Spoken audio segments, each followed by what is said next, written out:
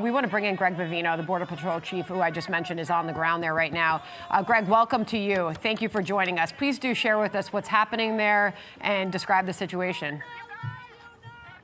Sure, Sandra. The situation there at the federal building, the Whipple building, quite active protests out front at the building, and there have been some recent arrests made. Some of those protesters and rioters, they want to block the road, make it difficult for federal law enforcement to do its job. So they're being pushed out of the road, and if they don't move, they're being arrested.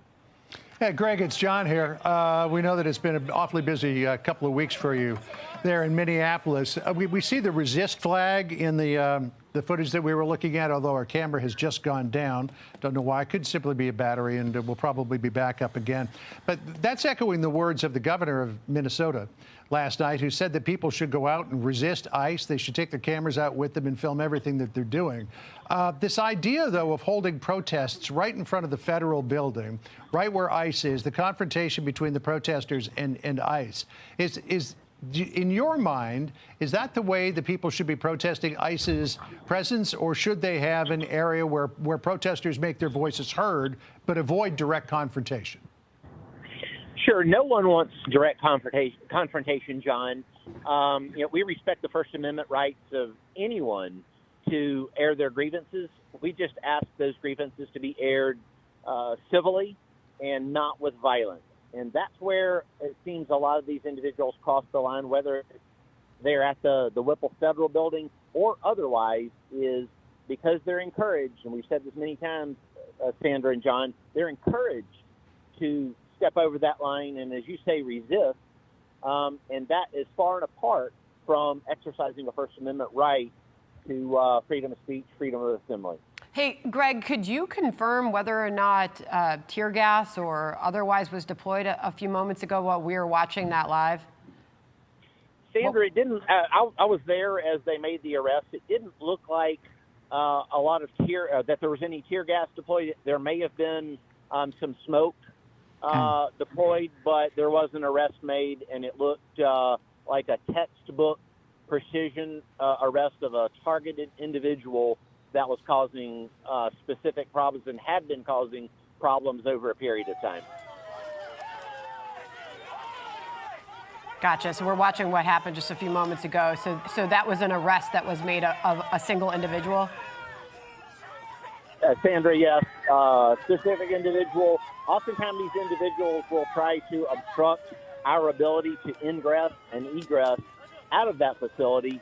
And as you know, that presents a problem for the good conduct of operations.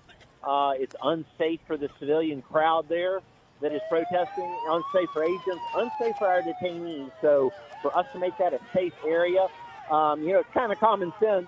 Don't stand in the road. I think we learned that all when we were very small children. It's not a good idea to stand in the middle of the road.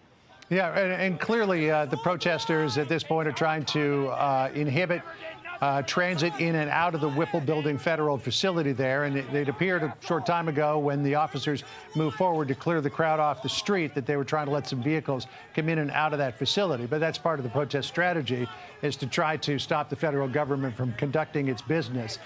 This is all designed, all of these protests, the calls for protest from the governor, from the mayor, to try to get ICE to say, you know what, this isn't worth it, we're packing up and leaving. That does not appear like it's about to happen. In fact, the Department of Homeland Security is doubling down here, and they've had to put all of these extra officers on the line because, again, to the point that we were making earlier with Nicole Parker, there is no backup from the local law enforcement. So it only looks like what the politicians in Minnesota and Minneapolis are doing is encouraging the federal government to flood more resources to Minneapolis. Is that correct? John, exactly. Let's take a look at some of the other areas we've operated. Take a look at Illinois and the Broadview Federal Facility. We saw some of the same tactics used by some of these rioters and agitators and protesters. But even in Illinois, under Governor Pritzker, and he's definitely no friend, they still allowed state and locals to come in and work with the federal government to make that Broadview facility safer. That's all we ask here at the Whipple facility here in Minnesota is we want safe ingress, egress so we can continue to conduct these Title VIII immigration operations.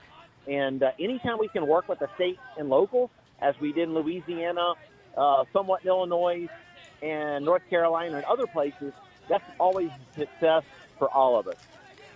Greg, we were just discussing with Paul Morrow a short time ago the time of day, middle of the day. It's a work day. Clearly, it's Thursday. Who are these people protesting? Sandra, great question. We do know that some of these individuals do come from out of state, and some of these individuals come to protest, and we are definitely looking at, how they're protesting. Are they being paid? What are the groups that are assisting, aiding, and abetting these rioters? I think maybe we lost you there, Greg. Okay.